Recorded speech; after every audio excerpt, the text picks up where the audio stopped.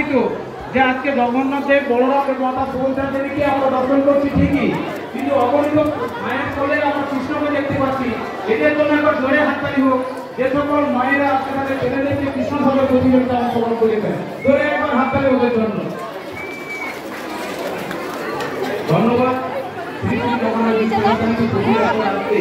বিভিন্ন সমাজসেবামূলক কাজ করে থাকেন, তাদের মধ্যে এটাও একটা অন্যতম কাজ।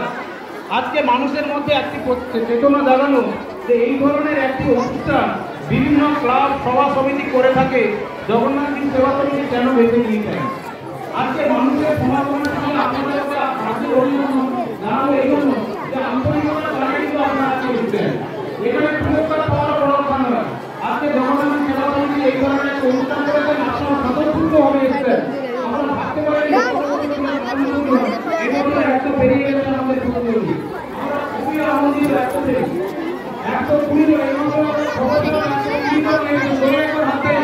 আমরা আরো বেশি আশা করছি যে এই ধরনের প্রতিযোগিতা প্রতি বছর আরো বৃদ্ধি লাভ করুক। সবাইকে আন্তরিকভাবে অভিনন্দন জানাই। যিনারা আজকে এসেছেন পূর্ণ সহযোগিতা করবেন, আমাদের প্রতিযোগিতার কাজ করবে। যখন আমি মাইকে ঘোষণা করবো যে আমাদের প্রতিযোগিতা শুরু হচ্ছে, আপনারা প্রতিযোগিতার কাছে কেবলমাত্র মহা উপমাতার বাড়ির একজন গার্জিয়ান থাকবেন, সঙ্গে ব্যাস থেকে পড়ে নিয়ে চেয়ারে বসে রাখবেন। অন্য কেউ থাকবে না, গর্ভবতী মহিলাদের পাশে জায়গা আছে, একটু দূরত্ব চলে যাবেন, নাহলে আমরা চিন্তা করতে পারবো না। গতবছর গার্জিয়ান থেকে চিন্তা থেকে গেছিল, পুনরায় আমাদের করতে হয়েছে। খুব কষ্ট হয়, আপনারা নিজে জানেন। 120 জন প্রতিযোগিতার গার্জিয়ানকে আমাদের উন্নয়ন করতে হবে। তাই আপনাদের কাছে একটি আবেদন এবং নিবেদন রাখবো, এই ধরনের অনুষ্ঠান আপনারা পূর্ণ সহযোগিতা করবে, এইটুকু আশা আপনাদের রাখি।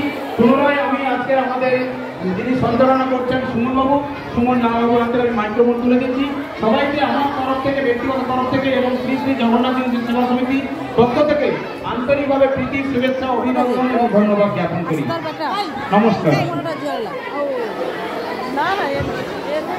ধন্যবাদ জানাই সম্মানীয় বিশিষ্ট শিক্ষক শ্রী তপন কুমার মণ্ডল মহোদয়কে। আমরা শুরু করবো এক্ষুনি আমাদের প্রতিযোগিতা করব।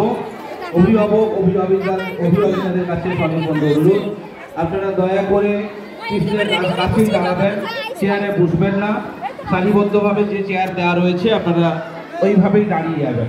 বিচারক মণ্ডলীকে দেখার সুযোগ করে দেবেন।